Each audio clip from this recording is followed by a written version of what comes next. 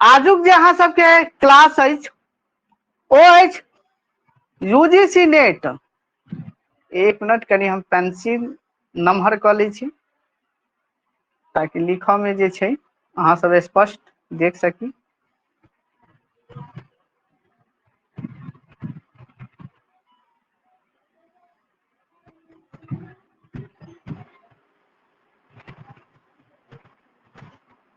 चलो, UGC net JRF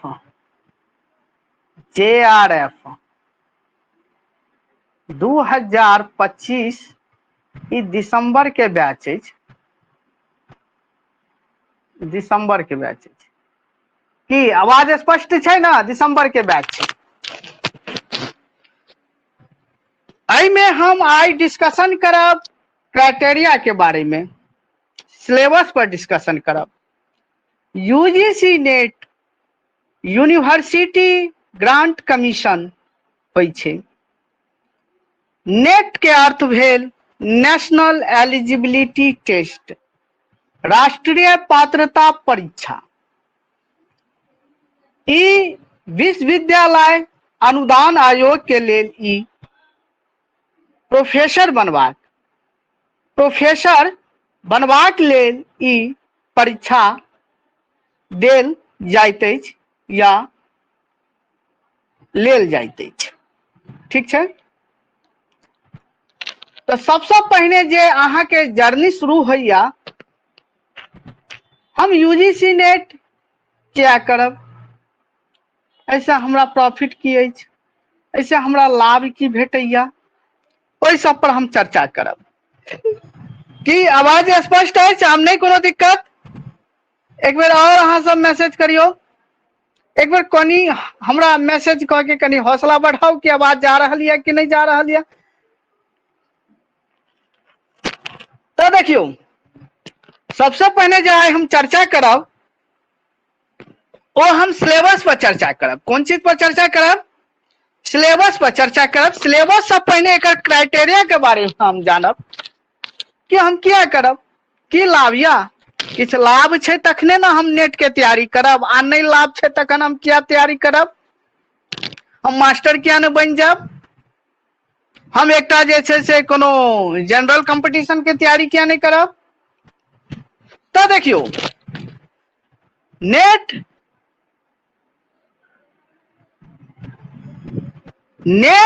सबसे पहले तो यूजीसी का अर्थ होइया यूनिवर्सिटी ग्रांट कमीशन होइया, विश्वविद्यालय अनुदान आयोग होइया। नेट के अर्थ होइया फुल फॉर्म भेल अहाँ के नेशनल एलिजिबिलिटी टेस्ट भेल।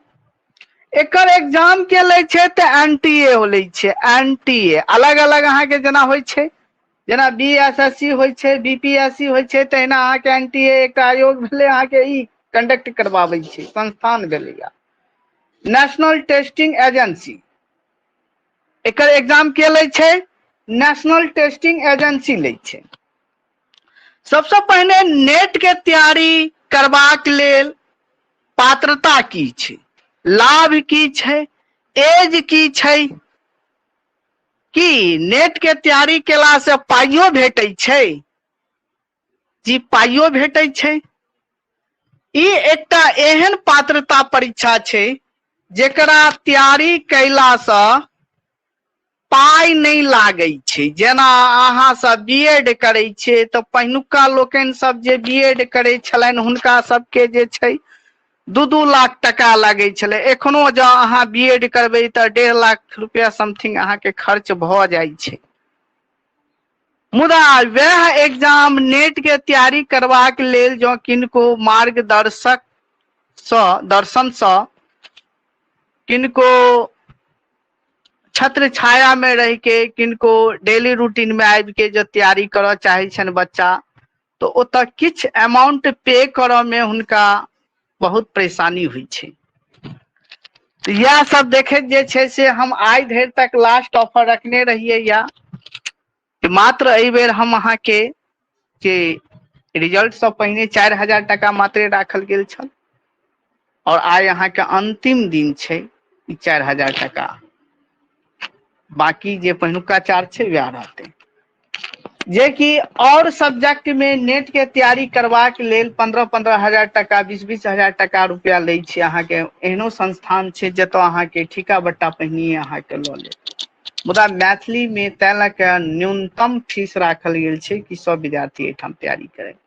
तो सबसे पहिने ई जानियो कि नेट के एग्जाम के दऽ सकै छै। तऽ नेट के एग्जाम एखन जे छै जे स्नातक कऽ रहल छै, स्नातकोत्तर यानी मास्टर डिग्री कऽ रहल छै, MA कऽ रहल छै, ठीक छै। ओ मास्टर डिग्री में कोनो भी विषय सँ या तऽ कऽ लेने छै या कऽ रहल छै।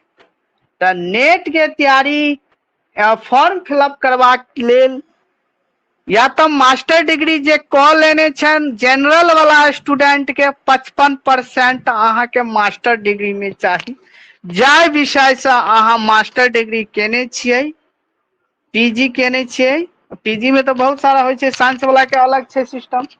मुदा एनी हम अहाँ के मास्टर आर्ट्स के गप कऽ रहल छी, जाहिमे MA के जे स्टूडेंट जतेक भी छै, चाहे वो हिस्ट्री से हो, जियोग्राफी से हो, उर्दू से है, बांग्ला से, संस्कृत से, कोनो भी जतेक भी भाषा या ओ भाषा से छै।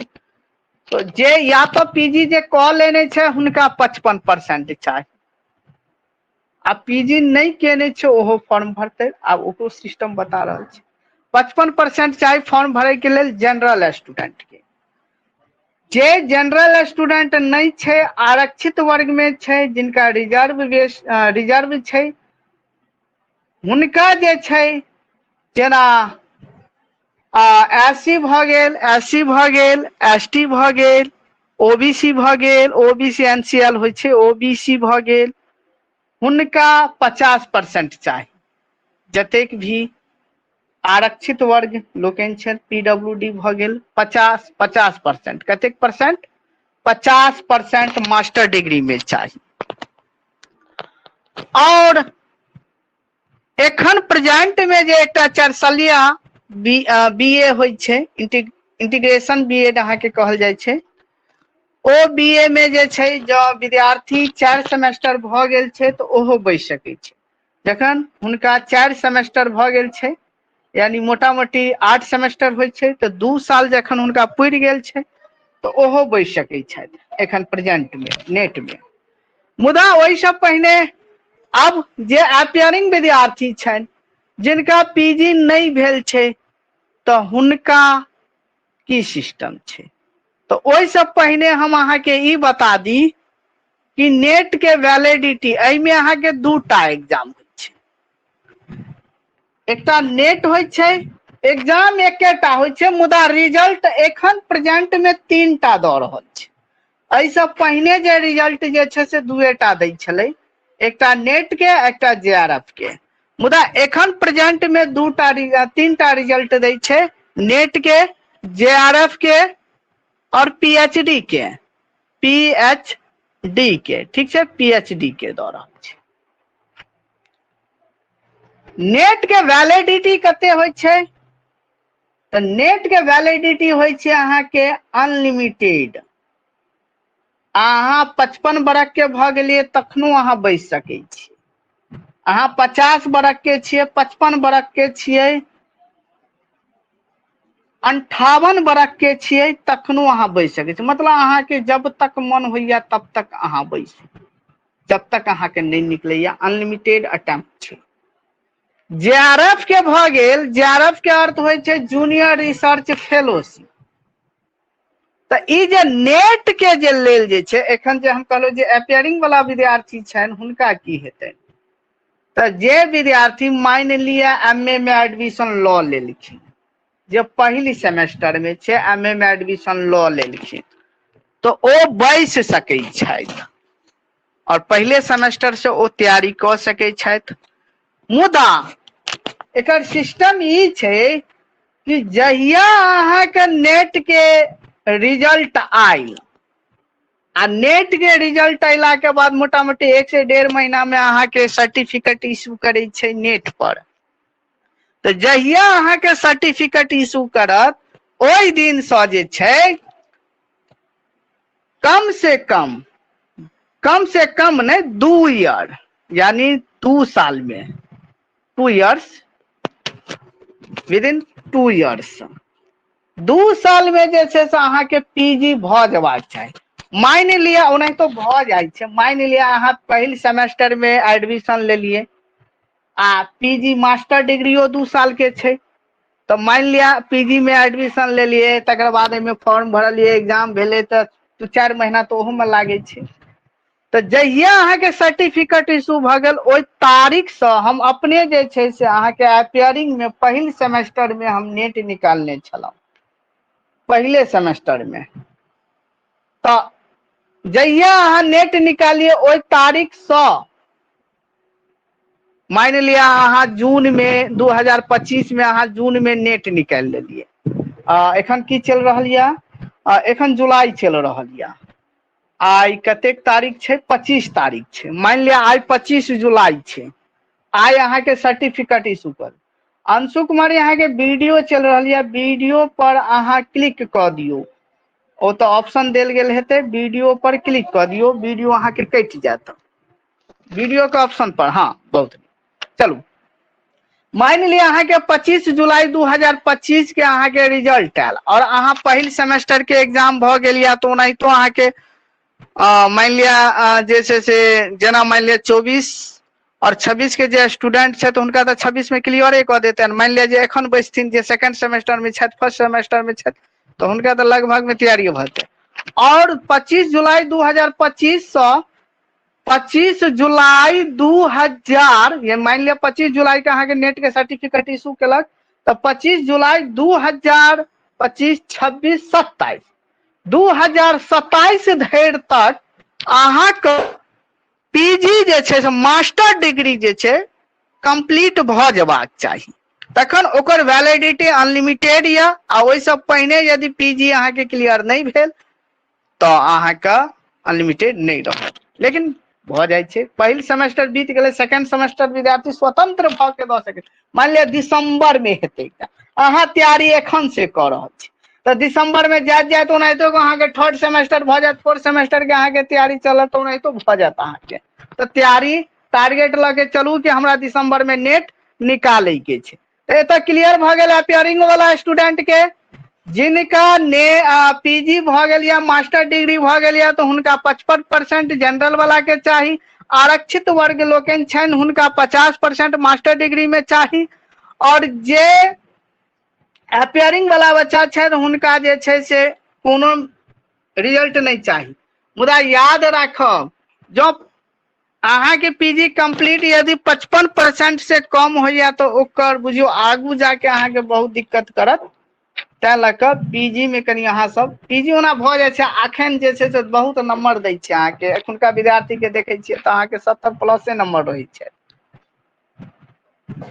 चलू जाय में देखियो, अब जेआरएफ के लेल उम्र की चाहिए या नेट के लेल उम्र, तो नेट के लेल उम्र चाहिए अनलिमिटेड, एज रिलैक्सेशन पर सेहो हम गप कऽ लै छी। तो नेट के लेल चाहिए अनलिमिटेड एज, मुदा जेआरएफ के लेल एज चाहिए हमरा कतेक बरख, 30 बरख चाहिए जनरल लोकन के लेल। जे सामान्य वर्ग लोकन जे छनि हुनका लेल चाहिए अहाँ के 30 बरख, जनरल लोकन के लेल 30 बरख चाहिए, और जे आरक्षित वर्ग में छनि हुनका 35 बरख देल जाय छै, यानी 5 बरख के जे छै से एज रिलैक्सेशन देल जाय छै अहाँ के, ठीक छै। यानी जे जनरल के स्टूडेंट छी हुनका 30 बरख तक जे छै से अहाँ फॉर्म फिलअप कर सकै छी, और जे आरक्षित वर्ग लोकन छनि हुनका 35 बरख तक जे छै से अहाँ देखियो फॉर्म फिलअप जखन करबै ना तो ओतऽ ऑप्शन अहाँ के ऑटोमेटिक लऽ लै छै। जो अहाँ के एज बाँचल रहत, कैटेगरी देबै एज बाँचल रहत तो अपने आप अहाँ के ओतऽ सिलेक्शन लऽ लै छै, नेट के लेल कि जेआरएफ के लेल कि पीएचडी के लेल। और पीएचडीओ के लेल अनलिमिटेड छै, मतलब पीएचडी के लेल अनलिमिटेड। अब एठाम अहाँ के एग्जाम कैटा पेपर के होइ छै ओ जानियो। तो एठाम एग्जाम अहाँ के जे छै 2टा पेपर के होइ छै, कतेक, पेपर 1 और पेपर दू। पेपर एक अहाँ के जनरल पेपर भ गेल आ पेपर दू अहाँ के अपन विषय भ गेल, अपन, ठीक छै, अपन विषय भ गेल। अपन के मतलब भ गेल जे विषय से हम मास्टर केने छियै ओ विषय से अहाँ के। जनरल पेपर अहाँ के 50टा प्रश्न पूछे छै।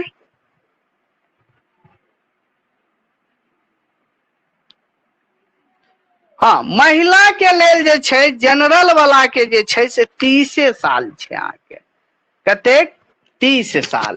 महिला के जनरल होय चाहे फीमेल होय उनका लेल 30 साल छै।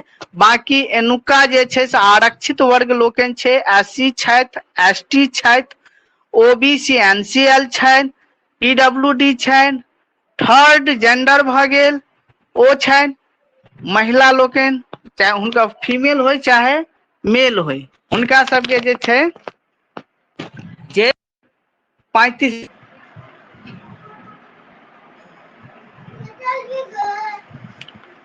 चलू देखियौ, तऽ एहिठाम जे छै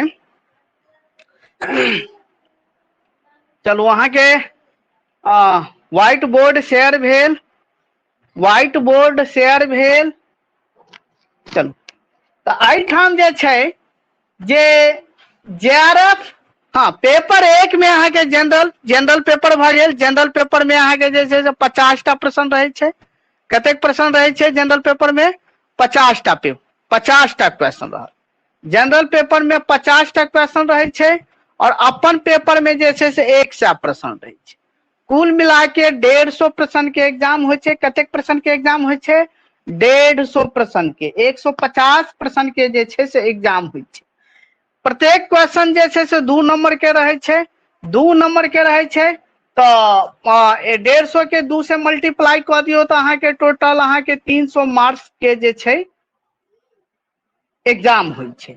300 मार्क्स में, और याद रखब दुनू पेपर अहाँ के ऑनलाइन है। ऑनलाइन कंप्यूटर पर अहाँ के क्वेश्चन खुजत, टाइम देल रहत, ओहि टाइम पर अहाँ के क्वेश्चन खुजत। दुनू पेपर एक संग खुजत। अहाँ के जे मन होइया चाहे पहिल पेपर बनाओ, दोसर पेपर बनाओ, जे प्रश्न बनाओ, मतलब 150 प्रश्न अहाँ के रहत। भाग 1 भाग 2 में बांटल रहत, ठीक छै। भाग 1 भाग 2 में बांटल रहत। अब 300 में जे छै सबसे पहले ई जान लियो कि 300 में हमरा नंबर कते लेबाक छै। तो सबसे पहले जनरल वाला जे स्टूडेंट छै अहाँ के, जनरल वाला स्टूडेंट के ई 300 में 120 नंबर लेनाइ आवश्यक अछि। 120 नंबर जखन अहाँ नहीं लोलिए तो अहाँ ओइ कट ऑफ क्राइटेरिया से, ओइ सिस्टम से जे छै से अहाँ बाहर भ गेलिए, ठीक छै। 120 नंबर के मतलब भेले अहाँ के 40%। कते प्रतिशत? 40%। और जे आरक्षित वर्ग लोकनि छनि, एससी एसटी ओबीसी एनसीएल, जते भी आरक्षित वर्ग लोकनि छै जिनका रिजर्वेशन भेटल छनि, हुनका 105 नंबर लेनाइ आवश्यक छै। 35%। 35% लेनाइ जरूरी छै। कहे के तात्पर्य भेल कि जो अहाँ 120 नंबर नहीं लाबै छियै तो अहाँ तखने आउट भ गेलौ। आप एमे रिजल्ट कते दै छै से पहिने जान लियो, तै के बाद फेर हम एहि पर चर्चा करब। एमे सबसे पहिने जे छै रिजल्ट अहाँ के नेट के जे रिजल्ट जे छै, नंबर ऑफ स्टूडेंट पर 6% दै छै। कतेक परसेंट दै छै? 6% दै छै। सबटा पर हम चर्चा करब। 6% दै छै। ईबीसी के जे छै से अहाँ के ईबीसी के सेहो 135% अहाँ के 35% लेनाइ आवश्यक छै। ईडब्ल्यूएस के और बिहार में जे छै ईबीसी हो, एबीसी हो, ओबीसी हो, सबटा ओबीसी एनसीएल के अंतर्गत आबि जाइ छै, ठीक छै। एकेटा कैटेगरी छै हुनकर। जेना बिहार में 2टा भ गेल, ईबीसी भ गेल आ ओबीसी भ गेल। मुदा यूजीसी में अहाँ के एकेटा कैटेगरी भेटत, ओबीसी एनसीएल भेटत, ठीक छै। अब एतऽ ई जान लिया, हम पहिने एहि पर चर्चा कर ली रिजल्ट कतेक परसेंट दै छै तो रिजल्ट अहाँ के नेट के लेल 6% दै छै। नेट के लेल कते परसेंट दै छै 6% दै छै। जेआरएफ के लेल अहाँ का 1% दै छै। जेआरएफ के लेल 1% दै छै। जेआरएफ का अर्थ भेल जूनियर रिसर्च फेलोशिप। अब देखियो एहिमे 1% में जे छै जे मान लिया 100 स्टूडेंट बैसल छै, मान लिया एकटा हम उदाहरण एग्जाम्पल दऽ रहल छी जे लगभग 100 स्टूडेंट बैसल छै। 100 स्टूडेंट में जे छै जे मान लिया अहाँ के 10 टा स्टूडेंट एहन छै जे हम जनरल पर गप कली या कोनो भी हर कैटेगरी के अलग अलग अहाँ के कट ऑफ निकालत, सब कैटेगरी में अलग अलग कट ऑफ सब कैटेगरी में दै छै, ठीक छै। मान लिया जनरल के 100 स्टूडेंट छै। 100 स्टूडेंट में जे छै जे मान लिया हुनका जे छै आ जनरल वाला कैटेगरी पर सब जा सकै छै, चाहे वो ओबीसी हो चाहे एनसी ओबीसी एनसीएल हो चाहे ईबीसी हो, ईबीसी तो वह ओबीसी में चल गए, एससी हो एसटी हो, वो सब जनरल पर जा सके। जिनकर नंबर बेसी आयल वो जनरल पर चल जेतै। जनरल के मतलब ई नहीं भ गेल कि अहाँ के एठाम कोई कैटेगरी से जनरल में क्यों जा सकै छै, कोनो कैटेगरी के विद्यार्थी जा सकै। आ जे ऑलरेडी जे जनरल से छी तो हुनका कनी मेहनत जे छै कनी बेसी करब, क्या अहाँ तो किनको कैटेगरी पर नहीं जा सकै छियै, मुदा ओई कैटेगरी पर सब जा सकै छै। मान लिया 100 टा स्टूडेंट छै, 100 स्टूडेंट छै, 100 स्टूडेंट पे 10 टा स्टूडेंट एहन छै जिनका मान लिया 120 नंबर से कम एले, यानी 119 नंबर एले, 118 नंबर एले, तो हुनका ते काउंट तखने नहीं कयल जाए, वो बाहर विजेता से बाहर भ गेल। अब मान लिया 90 टा स्टूडेंट, 10 टा स्टूडेंट जिनका मान लिया 120 नंबर से कम नंबर एले, 40% से कम नंबर एले, वो तो तखने विजेता से बाहर भ गेले, आउट भ गेले। अब एनी मान लिया 120 से ऊपर जिनकर नंबर गेलैया तो 90 टा स्टूडेंट छै टोटल। ओई 90 टा स्टूडेंट में जे छै 6% लगभग में 6% स्टूडेंट के जे छै जेआरएफ भेटतै। कतेक परसेंट स्टूडेंट के नेट भेटतै, 6% स्टूडेंट के अहाँ का नेट भेटतै। कतेक परसेंट के 6% के। तकर बाद ओइठाम 6% के नेट भेटतै और 1% वह में जे छै से सबसँ वह में जे छै सबसँ बेसी जे नंबर जिनका आयल छै उनका जेआरएफ भेटतै। मान लिया एकटा हम लगभग में उदाहरण ल लै छी, आब एते कैलकुलेशन करबे तऽ नहीं छै। मान लिया 100% में से जे छै से 90 टा स्टूडेंट के हम लगभग में 6 टा स्टूडेंट ल ली, 6 टा में से एकटा स्टूडेंट के जेआरएफ दऽ देत, बाकी के नेट दऽ देत। एना अहाँ बुझ लियो, यानी जिनका सबसँ बेसी नंबर एले ऊपर से लेना चालू करते, ऊपर से जतौ उनका नंबर पुर जेते, 6 टा स्टूडेंट के नेट दऽ देते आ एकटा स्टूडेंट के जिनका सबसँ बेसी नंबर आयल छै जेआरएफ दऽ। जिनका जेआरएफ आबि गेले उनका 50,000 रुपया प्रत्येक महीना जे छै से पीएचडी के दौरान भेटै छै 5 साल धरि, ठीक छै। तऽ 30 लाख टका जे छै, 25 से 30 लाख टका जे छै, 25 लाख टका मोटा मोटी अहाँके भेटत। एकटा बुझियौ नौकरिये लागि गेल 5 साल के लेल जेआरएफ के। वएह में अहाँके जेआरएफ के बाद एसआरएफ होइ छै, सीनियर रिसर्च फेलोशिप होइ छै, ओ सब जाने के लेल एखन बहुत समय छै। तकर बाद हम एकटा पर चर्चा और करब, कनी 1 मिनट अहाँ सब 1 मिनट।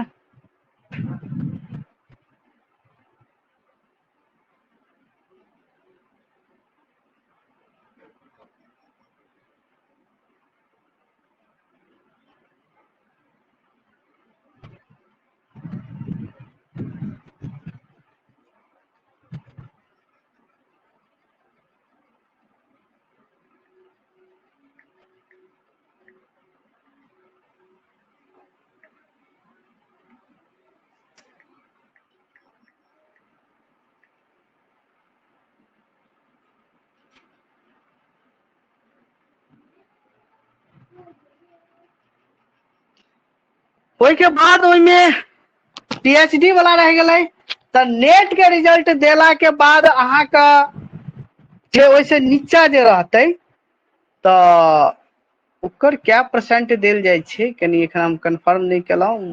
हमरा लगैया जे हुनको सबके 6% मोटा मोटी दै छै रिजल्ट, 6% रिजल्ट। ई कंफर्म हम कह के अहाँ के नेक्स्ट क्लास में बता देब और ई हम कंफर्म नहीं केलहुँ। ओहि के बाद अहाँ के एकटा आरक्षित वर्ग में जेना भ गेल एकटा और फेलोशिप होइ छै, एकटा होइ छै OBC NF OBC, NF OBC होइ छै, एनएफ ओबीसी ठीक छै, एनएफ ओबीसी। एकटा होइ छै एनएफ एससी, एनएफ एसटी, एना क के अहाँ के होइ छै। मान लिया कोनो स्टूडेंट के जेआरएफ भेटलैया, सबसे बेसी नंबर एलैया उनका जेआरएफ भेटलैया, आ जेआरएफ मान लिया ओइसे बाद वाला जे स्टूडेंट छै जिनका मान लिया 1 नंबर या 2 नंबर से जेआरएफ छूट रहल छै, मान लिया ओइ के बाद वाला जस्ट स्टूडेंट छै, तो हुनको भेटतै फेलोशिप, मुदा हुनका अपना कैटेगरी में जे छै से एकटा फेलोशिप देल जाइ छै। लगभग में जतेक जेआरएफ वाला के भेटे छै ओतबे हुनको भेटे छै, बट ओतबे छै कि ओकर जेआरएफ जिनका भेटे छै उनका आगू जाके एकेडमी जे छै 2 नंबर अहाँ के भेटे छै, ठीक छै, आ नेट वाला के 7 नंबर भेटे छै। ओइ पर हम बाद में चर्चा करब, एखन जाना के लेल बहुत छै एहि सब के लेल। एते जानियो कि नेट, नेट निकालला से की छै आ फायदा कि नेट जखन अहाँ निकाल ले छियै तो अहाँ प्रोफेसर बनो के लेल एलिजिबिलिटी भ गेल, एलिजिबल भ गेल, ठीक छै।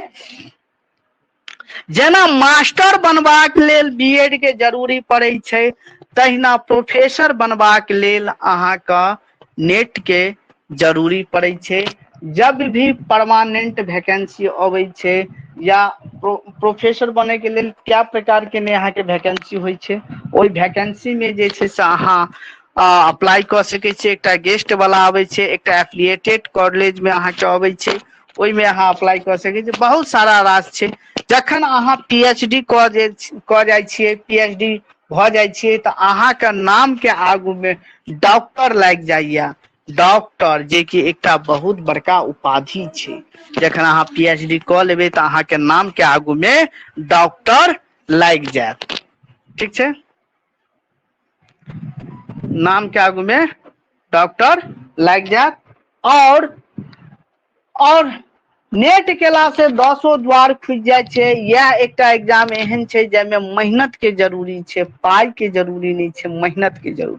मुदा बीएड में पाई के जरूरी छै, संगे संगे मेहनत के जरूरी छै। आई में एक बार नेट निकाल लेलिए तो बुझियो अहाँ के जीवन तैर गेल, जीवन तैर गेलिए। अहाँ भविष्य के प्रोफेसर, अहाँ रजिस्ट्रार तक अहाँ बनि सकै छियै। और अहाँ के तनख्वाह जे छै लगभग में एखन प्रेजेंट में 1 लाख टका, और अहाँ सबके आबे वाला समय में और बढ़ जाए। जखन 8वां वेतन लागू कर देते तो अहाँ सबके बहाली सीधा 1.5 लाख पर हेतै। एखन प्रेजेंट में 1 लाख रुपया अहाँ के भेटै छै, ओहि के समथिंग अहाँ के भेटै छै। तो यह छै नेट निकालला से। नेट निकालला से जे छै से अहाँ के आ जे विद्यार्थी के पीएचडी निकले छै ओ डायरेक्ट अहाँ के आब एखन धरि में की होइ छलै कि पीएचडी करबाक लेल नेट वाला के डायरेक्ट इंटरव्यू द के हुनका सिलेक्शन कऽ लै छलथि, और जिनका नेट नहीं निकले छलै हुनका जे छै से यूनिवर्सिटी तरफ से एकटा अलग से एग्जाम होइ छलै, एकरा पैट नाम से जानल जाइ छलै, पीएटी पैट नाम से जानल जाइ छलै। ओहि में नेट वाला के बेसी प्राथमिकता दै छलै और पैट वाला के अलग से हुनका ओहिमे किछु सीट हुनका दै छलै। मुदा आब जे छै से एके जगह एग्जाम हेतै, यूजीसी नेट के एग्जाम दियो, वही में जो अहाँ के पैट निकल जाइया, पीएचडी निकल जाइया तो अहाँ डायरेक्ट इंटरव्यू अब अहूँ दऽ सकै छियै, नेटो वाला इंटरव्यू दऽ सकै छियै। और जेआरएफओ वाला, जेआरएफ वाला के तो मान लिया सबसे अहाँ के वैल्यू भऽ गेल, ओकर नंबरो एकेडमियो बढ़ि जाइ छै, ठीक छै। मुदा ओहिसे नहीं मतलब छै। देखियो नेट जेआरएफ भेटै छै भाग से आ नेट भेटै छै मेहनत से। तो मेन तो नेट छै, नेट निकालू, जेआरएफओ निकलते, बारी बारी में सब कैटेगरी में निकलते, मेहनत रहते, लगातार मेहनत करियो, निश्चित निकलते। तो एते अहाँ के क्राइटेरिया छल जाहिमे हम चर्चा केलहुँ, और अगला क्लास अहाँ के रहत सिलेबस डिस्कशन, पेपर 2 पर तेसर क्लास रहत, पेपर 1 के सिलेबस डिस्कशन। एहि बेर जे छै हम पेपर 1 आ पेपर 2 दुनू पढ़ायब, मुदा पहिने हम कहि देलहुँ पेपर 1 के किछु चार्ज अहाँके पे करऽ पड़त, जे एखन डिसीजन नहीं लेलहुँ, मुदा डेमो क्लास सब पेपर 1 के इएह पर देब, और पेपर 2 तो अपन विषय छैहे या।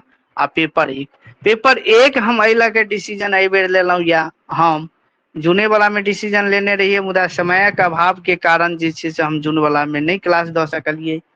तो एहि बेर जे भी विद्यार्थी के पढ़ऽ के इच्छा रहते पेपर 1, तो पेपर 1 हम स्वयं पढ़ायब। पेपर 1 में ई छै कि देखियो, पेपर 2 में तो हम बहुत मेहनत करवा दै छियै विद्यार्थी के, बहुत मेहनत, एतेक मेहनत की विद्यार्थी लगभग में जे छै से 100 में से जे छै 85टा प्लस जे छै से 85 प्लस नंबर लाबि लै छै खाली पेपर 2 में। पेपर 2 में, मुदा पेपर 1 में जे छै से अहाँके नंबर किछु कारण से जे छै से पाछा हटि जाइ छै। तऽ तैं लऽ के दुनू के जिम्मेदारी एक बेर हम स्वयं लऽ रहल छी, दुनू के तैयारी हम स्वयं करायब एहि बेर। तऽ अहाँ सब तैयारी में लागल रहब, कोनो प्रकार के दिक्कत नहीं छै। किनको किछु पुछबाक यऽ तऽ पूछि सकै छी, जुड़ल छै पूछि सकै छै। पेपर 2 के लेल जे छै से एकटा हम किछु पोथी सबके नाम कहब, जाहिमे एकटा दुर्गा नाथ झा सीरीज के पोथी अहाँ सबके जँ भेटैया मार्केट में तऽ ओ लऽ लिअ, नहीं तऽ मायानन्द मिश्र के लऽ लिअ। कोनो एकटा इतिहास अहाँके लेनाइ जरूरी यऽ, चाहे मायानन्द मिश्र के लऽ लिअ, दुर्गा नाथ झा सीरीज के लऽ लिअ। आ देखियौ हमर तऽ पोथी, अहाँ हमर जे नोट्स पढ़बै ओहिमे तऽ 100% अहाँके रहबे करत, मुदा डीपली ज्ञान के लेल किछु अहूँके पढ़ऽ पड़त। और ओहिमे हार्ड कॉपी जे रहि गेल, जेना अहाँ सब क्लास लेने छियै, क्लास में जेना जेना क्लास चलत तना तना यूनिट अहाँके एतऽ अपलोड कयल जायत, रिटर्न इन क्लास रहत, क्लास में अहाँके लिखऽ पड़त। जे विद्यार्थी फुल पेमेंट अहाँके कऽ देबनि हुनका जे छै से हार्ड कॉपी भेट जायत। हार्ड कॉपी के लेल अहाँके अलग से जे छै से अहाँके 700 टका अहाँके लागत। और संगे संगे एकटा लघु परिचायिका छै, लघु परिचायिका और यूजीसी यानी लघु परिचायिका 389 रुपया अहाँके लागत, लघु परिचायिका के लेल अलग से 389 रुपया, और हार्ड कॉपी के लेल 700 टका लागत, कियाकि ओहिमे भाग 1 भाग 2 इंक्लूड कयल गेल छै।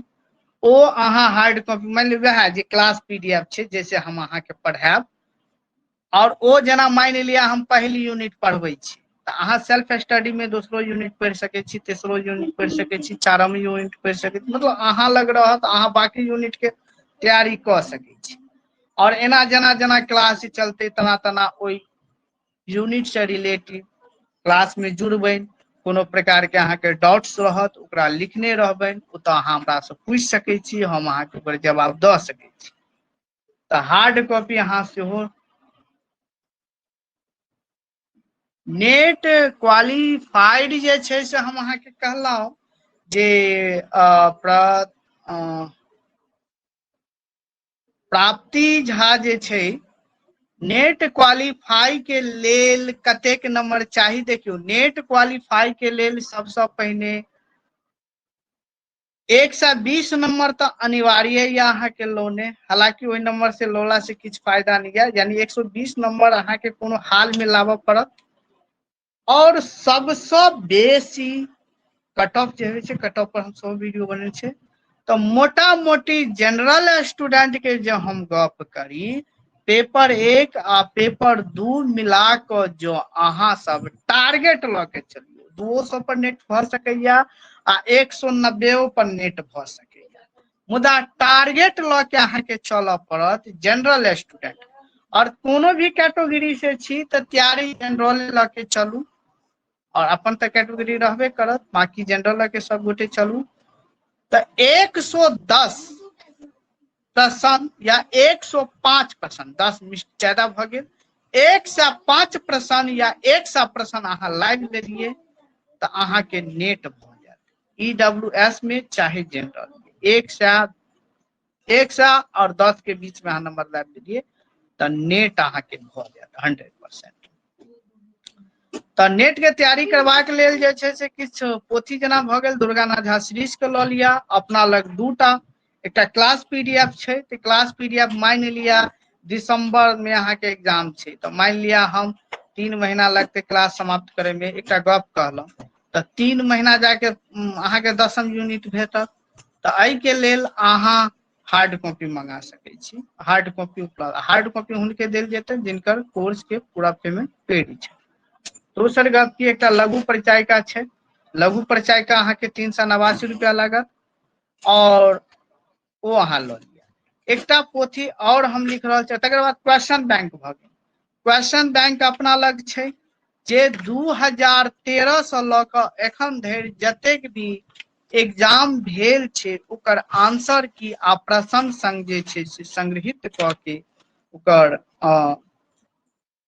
हार्ड कॉपी जे छै क्वेश्चन बैंक के जे छै से अपना लग उपलब्ध छै, जे एहि बेर हम लॉन्च केलिए, जाहिमे 2013 से ल क दिसंबर तक छलैया, मुदा आब अहाँ सब जे लेबै तो ओहिमे अहाँके जून तक के क्वेश्चन भेटत, जाहिमे आंसर की और क्वेश्चन दुनू रहत, ओकर अहाँके 700 टका उपरो पड़त।